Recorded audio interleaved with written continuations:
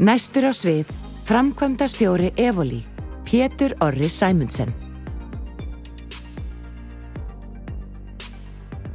Komið sæl. Ég heiti Pétur. Ég framkvæmdastjórinn í fyrirtæki sem heitir Evoli. Við erum að þróa gervigreindar lausnir sem tengja saman fólk, verkferla og gögn. En í dag þá ætla ég ekkert að tala með Evoli. Í dag þá ætla ég að segja ykkur frá vegferð síðustu 8 ára inn í fyrirtæki sem heitir Sweeply. Yfir þetta 8 ára tímabil þá þróuðum við 4 vörur til 4 mismunandi markaði og fórum í gegnum 3 umsnúninga á viðskiptamódelinu. En áður en ég byrja vegferðina þá ætla ég aðeins að segja ykkur frá mínu bakgrunni. Ég byrjaði að forrita og var forritar í 7 ár og svo ég deildarstjóri.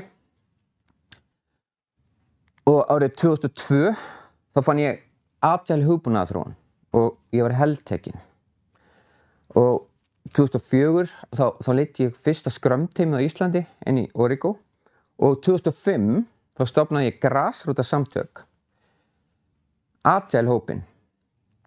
Og þar inni var ástríðufullt Agile fólk og í framhaldinu vorum við 4 sem stofnuðum Kolibri með skýran tilgang sem var að umbreyta íslenskri upplýsingatækni þannig að hún væri mannlegri, meira skapandi og árangursríkari. Og það var það sem við fórum að gera. Við stofnuðum Agile Ísland ráðstefnuna sem keyrði frá 2007 til 2015 og svo stofnuðum við Lean Ísland ráðstefnuna sem byrjaði 2012, voru ennþá keyrandi í dag og stærsta stjórnunarráðstefnan á Íslandi í dag. En samhliða hlutverki mínu sem framkvæmdastjóri hjá Kolibri þá var ég í stjórnunarráðgjöf og ég var að hjálpa fyrirtækjum í sinni Agile umbreytingu. Hjálpa þeim að skipuleggja sig eftir vörum og hjálpa þeim að þróa teymiskúltúr sem þetta var ekki mjög algengt á þessum tíma. En árið 2012 þá fórum við gegnum stefnumótandi umbreytingu hjá Kolibri og við ákveðum að hætta í stjórnarráðgjöf og fókusa bara á hugbúnaðarþróun í teymum. Og við vorum þannig fyrsta fyrirtæki á Íslandi til að pakka inn og selja stafrænar umbreytingar. Inn í Kolibri þá vorum við alltaf í einhvern svona eigin vöruþróunarpælingum sem aldrei náðu neinu flugi. En 2015 þá fekk ég hugmynd. Þá fekk ég hugmynd að vöru sem heitir Visidu. Og á þessu tímapunkti þá Kolibri í frekar góðu standi og ég hugsaði með mér, það kominn tími til þess að gera eitthvað nýtt. Og ég fór á stað að gera eitthvað nýtt. Visidu. Ég stofnaði Visidu inn í Kolibri og það endaði með því ég samdi við félaginn minn inn í Kolibri og fekk 80% í félaginu og ég fór á stað. Og þegar ég fór á stað þá gerði ég engar markaðsrannsóknir, einfaldlega vegna þess að þetta var vara sem mér langaði rosalega mikið í. Og ég trúi því að ef ég gæti gert þetta vel, þá myndi milljónir manna og kvenna hafa áhuga á vörunum minni. Og varan sem ég var að gera snerist þetta að grípa heiminn og búi til verk, eða búi til tösk. Grípa raunheima með myndavélinni og skjáheima með screenshotum. Og síðan greina allt í spað og bústa töskin með bæði vefslóðum og texta og þetta sem hjálpaði mér að komast í verkefni. Og svo var mér alls konar pælingar að hjálpa fólki að komast að stað inn í kaupferli og svo framvegis. En það var töluvert mikið samkeppni á þessu markaði. Og þó það hefði enginn verið að gera nákvæmlega einslaust eins og við, þá var samkeppni. Þetta fullt af to-do-appum sem að leysa sama vandamál sem að muna og halda utan tasklista. Og í einhverju skilningi þá samkeppnin líka bara blað og blýantur. En þegar kemur að þróunni, þá fórum við að stað þarna inn í Kolibri 2015, fyrst bara 3 í 1 mánuð. Svo vorum við að bíða eftir að fá stóran díl og það voru 4 á lausa á standby í 4 mánuði og þannig fór þeir á stað og gerði nýja útgáfa af Visidu. Og svo, eins og ég sagði ykkur áðan, hoppaði ég út þarna á ákveðnum tímabili, þetta var 2016, 1. mars 2016. Og þá fékk ég til liðs við mig Erlend Stein, gamlan vin úr tölvunarfræðinni. Hann var líka framkvæmdastjóri í hugbúnaðarfyrirtæki á þessu tímabili og við fórum á stað 2. Og við vorum bjartsýnir og við trúum því að við myndum hafa 50 milljónir á bankareikningnum þegar eitthvað hættum á launaskrá, en sem gerist ekki. Og þess vegna 2 vikum fyrir 1. mars þá horfðum við á hvern annan og sem hvað ætlum við að gera? Okkur vantar eitthvað produkt, við þurfum einhverja forritara, við þurfum bara að gera þetta sjálfur. Og það var það sem við gerðum, við brettum ermarnar og fórum að forrita aftur. Ég fór að forrita aftur eftir 10 ár og hann eftir 15 ár.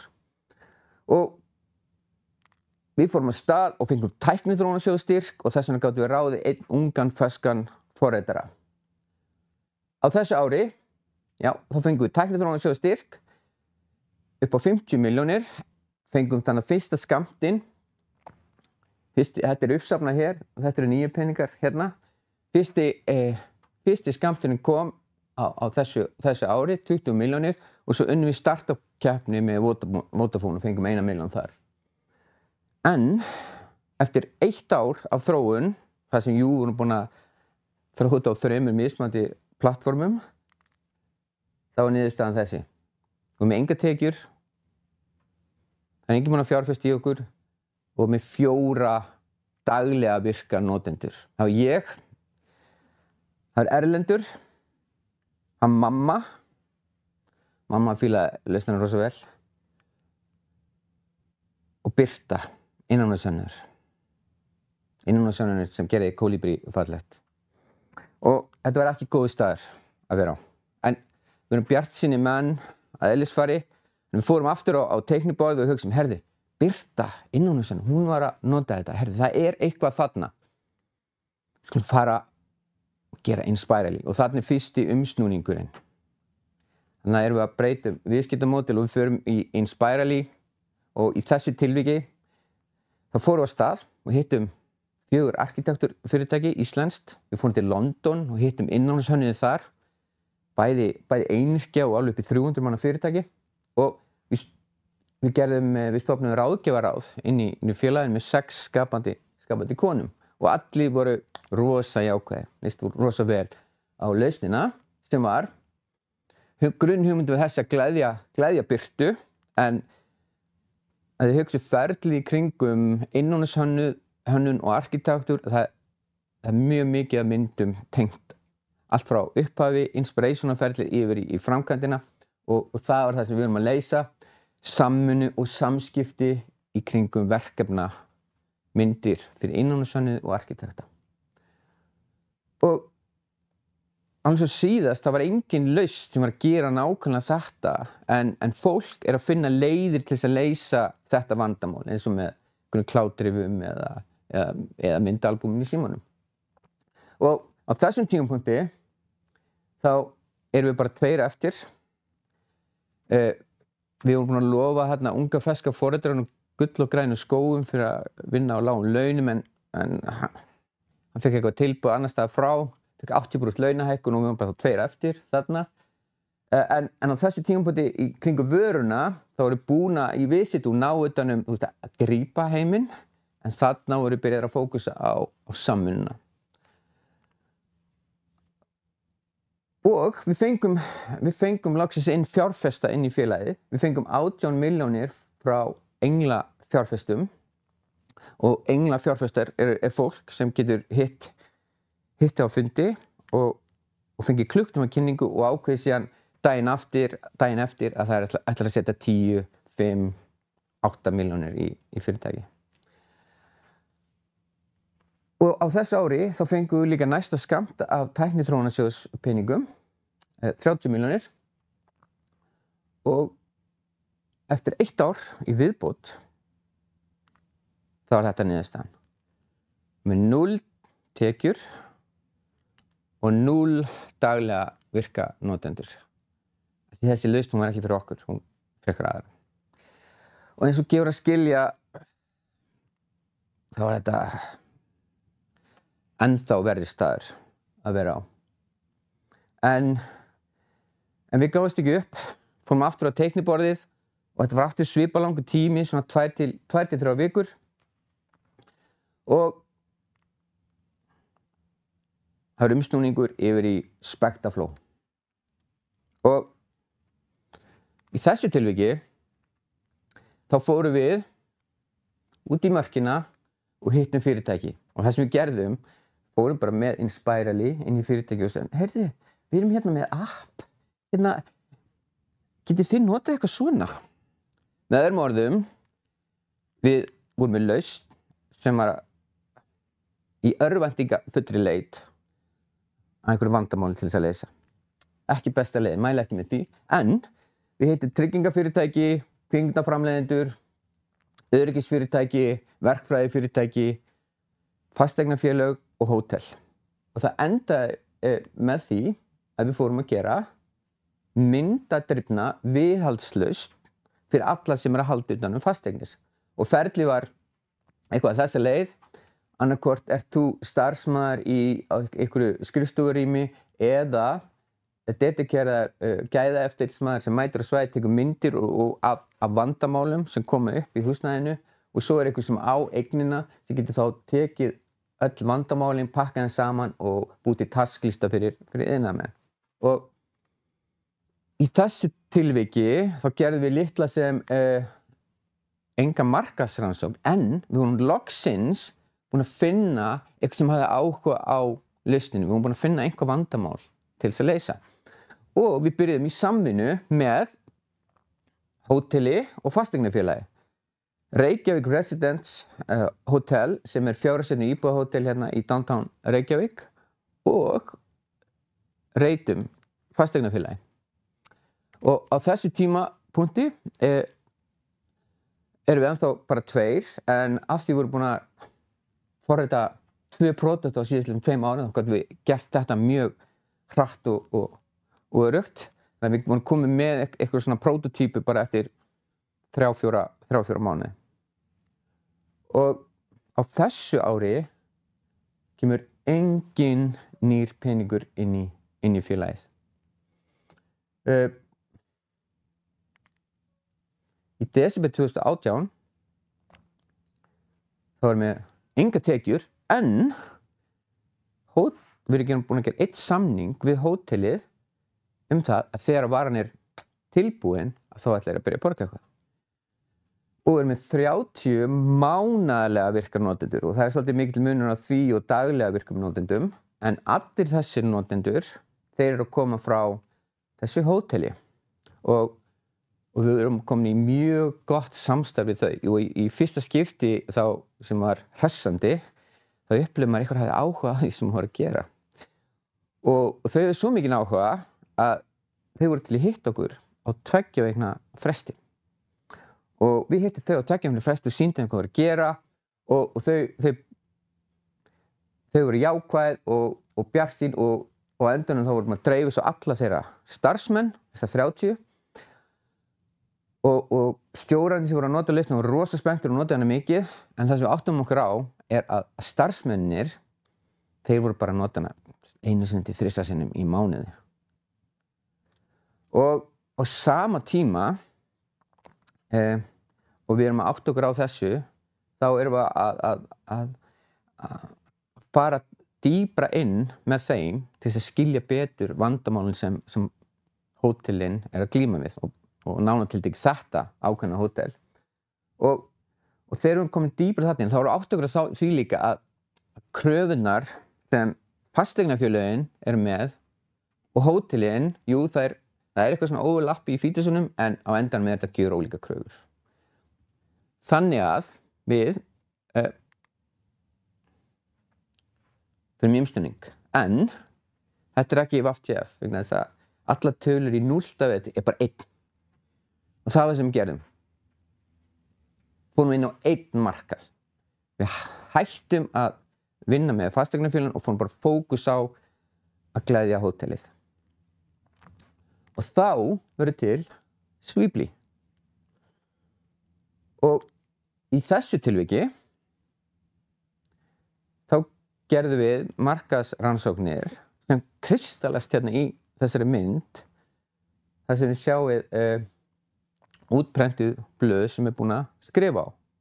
Og það sem við áttum okkur á ekki bara hóteli sem við vorum að vinna með, heldur allar stóru keðjurnar á Íslandi á þessum tíma og við vorum með samstarfsaðila á þessu tímapunkti íslenskt fyrirtæki sem heitir GoTo sem að gera bókunarkerfi og enginn þeirra viðskiptavinur var að nota einhverja lausn til að halda utan sína verklista.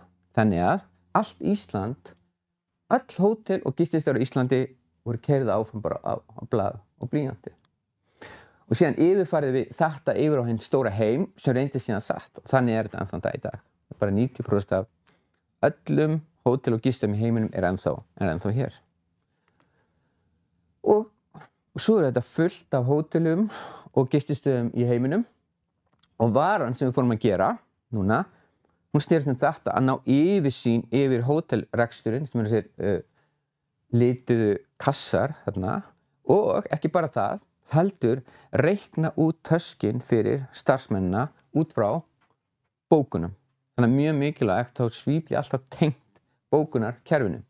Og allt í einu myndavélaferlið, ég ætla ekki að segja að það sé komið í eitthvað aukahlutverk, þetta mikilvæg fítur sér lausninni, en það ekki lengur í aðalhlutverki. Þannig að Sweebly-lausnin fyrir alla starfsmennina og allir starfsmenn þurfa að nota lausnina mörgum sinnum á dag. Til þess að auðvelda samvinnu og samskipti. Og svo aftur hérna, hluti af þessari vöru er samstarf við bókunarkerfin, partnership samstarf við bókunarkerfin, af því enginn að nota Sweebly á þess að sé búið að tengja sig við bókunarkerfið. Og hvað var að samkeppnina? Þá fundum við 7 samkeppnisaðila þarna 2019 og 4 mánuðum seinna búin að finna 35 og það var ekki endilega vegna þess að það væri búin að vera sprengja af einhverjum áhugasömum fyrirtækjum innan þennan markað, kapphlaup inn á markaðinn, alls ekki. Þetta bara það óþroskaður markaður að samkeppnisaðilin, þeir skilgreina allir mismunandi. Sum eru workflow, sum eru teamwork, sum eru hotel operations og svo framvegis. Þannig að við þurfum að ná utanum hvernig allir samkeppnisaðilin okkar að skilgreina sig. Og hérna við loksins komum með nýja menn inn og við vorum svo heppnir að finna hérna Frans bara alveg í upphafi sem þekkti vel til reksturs á gistiheimilum og ferðlan í kringum það. Og svo fengum við Petar sem var hérna einn af stofnendum í Kolibri og á þessum tímapunkti, bara þegar við erum að skipta yfir í hóteli og búin að skipta yfir, þá allir peningurinn búinn. En við erum hérna 3 daglega virkir á skrifstofunni.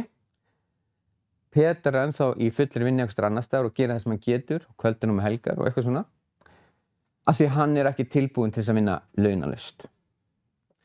Og við unnum launalaust þetta árið. Frans þurfti að fara út í júlí. Erlendur þurfti að fara út í ágúst og ég gæti haldið aðeins lengur áfram.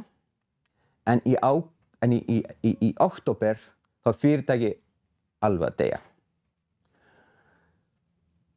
Og ég er búinn að byrja að pússa reki á CV-inu mínu og eins og kannski gefur að skilja þá þetta allra versti tíminn af þeim öllum. Og þegar ég segi þetta þá fæ ég alltaf gæsahút.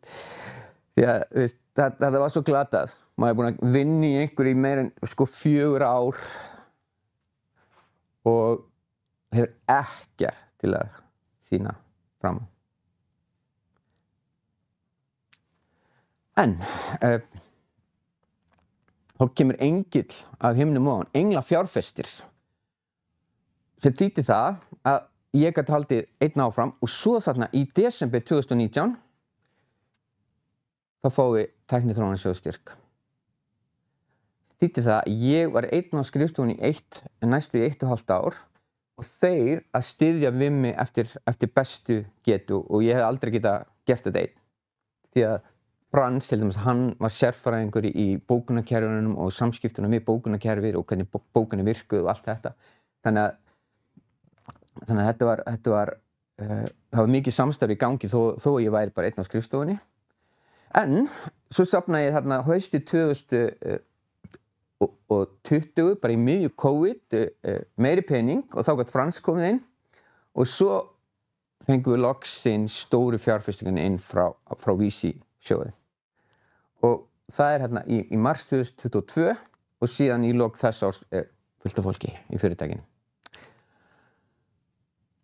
Og þetta stóra fjármögnunar tímabilið. Fengum við tíminn frá Tækniþróunarsjóði, 28 frá englum, fyrrverandi og nýjum og síðan VC fjárfestingu upp á 278 milljónir, í heildina 316. Og niðurstaðan hérna í lok ársins 2023 komið 3 milljónir í mánaðarlegar áskriftartekjur og það hættir enginn. Og þetta er ekki risastór upphæð en þetta er eitthvað. Og við erum komið 1500 daglega virkanotendur í 12 löndum á þessu tímabili. Og núna, eftir fyrsta hálfa árinu 2024, er Svífli búin að ná tekjum síðasta árs og stefnir í 2-földum. Þannig að þetta árið sem Svífli að fara að blómstra.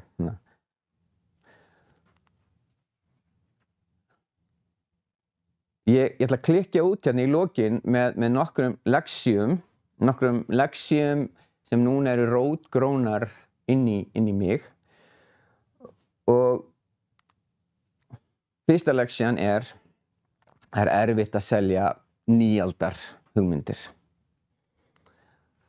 Leksía 2 mjög mikilvægt að finna vandamál sem margir þurfa að lausna á og aldrei aftur ætla að fara af stað að gera lausnina fyrst. Fyrst að finna vandamál og svo finna lausnina. Fólk getur sagt að því líki við hugmyndina eins og í einn spæli, það setja allir þumalinn upp og leist rosa vel á þetta, en við þurfum sjálf að vinna vinnuna til að finna út hvað sannleikurinn á bak við þetta. Ein mesta blessun okkar það var að finna mótiveraðan samstarfsaðila, einhvern sem trúði á, einhvern sem var með vandamál og trúði á okkur sem einhvern til þess að geta leyst þetta vandamál. Það mesta blessun held ég fyrir okkur. Hérna nokkur atriðum hvað þýðir að vera góður vörustjóri. Vörustjórinn, hann með jafn umhugað markaðsmálin eins og útfærslu á vörunni sjálfri. Og hérna ég að segja sama hlutin bara á aðeins öðruvísi hátt.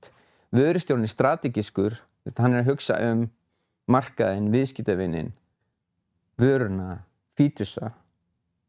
En hann líka helsti og aðal gæðastjórinn í vörunni. Þannig að hann að testa hann og prófa hana og það er hvítur skjár hér. Ég smelli hérna og gerist eitthvað sem meikir ekkert sens. Þannig að hann að hoppa milli high level og low level. Vörustjórinn, hann verður að skilja tæknilegar ákvarðanir og lógíkin í þeim. Og mér finnst inn í Colibri, þó ég sé tæknilegur, þá var ég ekki skipta mér að ákvarðanum sem voru tæknilegum vöruna þar, sem átti eftir að koma aftur í hausunum seinna. Ég er ekki endilega að segja að vörustjóri þurfi að vera tæknilegur, en hann þarf að skilja lógíkina í þessum ákvörðunum. Vörustjórinn er velviljaður einræðisherra, trúi ég. Ég trúi því að góð vara verði ekki gerð í einhverju nefnd.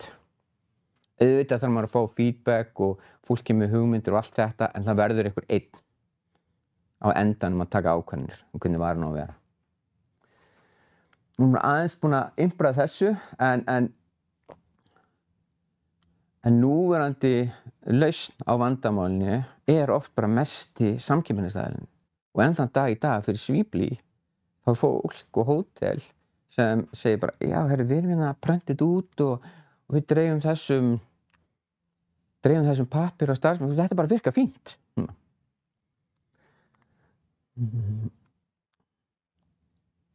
Ef það engin samkeppnisaðilar, þá kannski ekkert vandamál að leysa. Þannig að ef við erum að gera lausn og það engin samkeppnisaðilar, þá myndi ég vera skeptískur. Eitt sem var skrítið fyrir mig, ég var búin að í 15 ár spá í agile hugbúnaðarþróun og agile hugbúnaðarþróun var búin að opna fyrir mig dyrin í alls konar stjórnunarpælingar, kúltúr, mannaðsmál, strategíu, allt saman. En þegar ég byrjaði inn í Visitu og búin að vera að forrita í hálft ár og búin að forrita í hálft ár, það skipti ekkert af því maður neinu einsta máli. Það eina sem skipti máli var að búa til einhverja vöru sem einhver vildi nota, helst daglega og borga fyrir. Í upphafi þá þarf eignarhlutin í félaginu að vera að tilheyra, stærsti eignarhlutin í félaginu þarf að tilheyra teyminu sem að keyra vöruna áfram.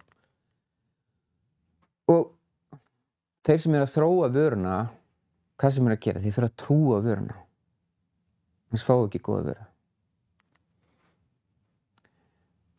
Eitt sem ég átti að má inn í Kolibri þegar ég var að fara af stað og við ætluðum að láta, við vorum að vonast til þess að það myndi fjárfesta í félagi sem Kolibri ætti og myndi gera þetta, að fjárfestarnir þeir hafi ekki áhuga á gælu verkefnum hjá einhverju ráðgjafafyrirtæki. Þeir vilja fá dedikerað teymi sem að fókusa á að ná árangri. Íslenski fjárfestar hefur engan eða lítinn áhuga á neytendavörulausnum nema þessi leikur, því að auðvitað CCP búin að leggja grunninn að því að það geti verið góð business. Og að lokum hérna, og þetta var svona kannski ein erfiðasta glæran, hvað eiginlega, hvað niðurstaðan á þessu öllu saman. Og þegar ég fór að hugsa þetta, þá kom upp lag í hausinn á mér, 80s lag, með Peter Gabriel og Kate Bush, lag sem heitir Don't Give Up. Og viðlagið eitthvað þessa leið, Don't give up because you have friends. Og ég segi, don't give up because you have friends. Já, ég átti einhverja vini en ef ég ætti enga vini, já. Þannig að ég setti twist á þetta hérna. Þannig að ekki gefast upp ef þú átt vini. En ef þú átt enga vini, þá ættir þú kannski að gefast upp. Takk fyrir mig.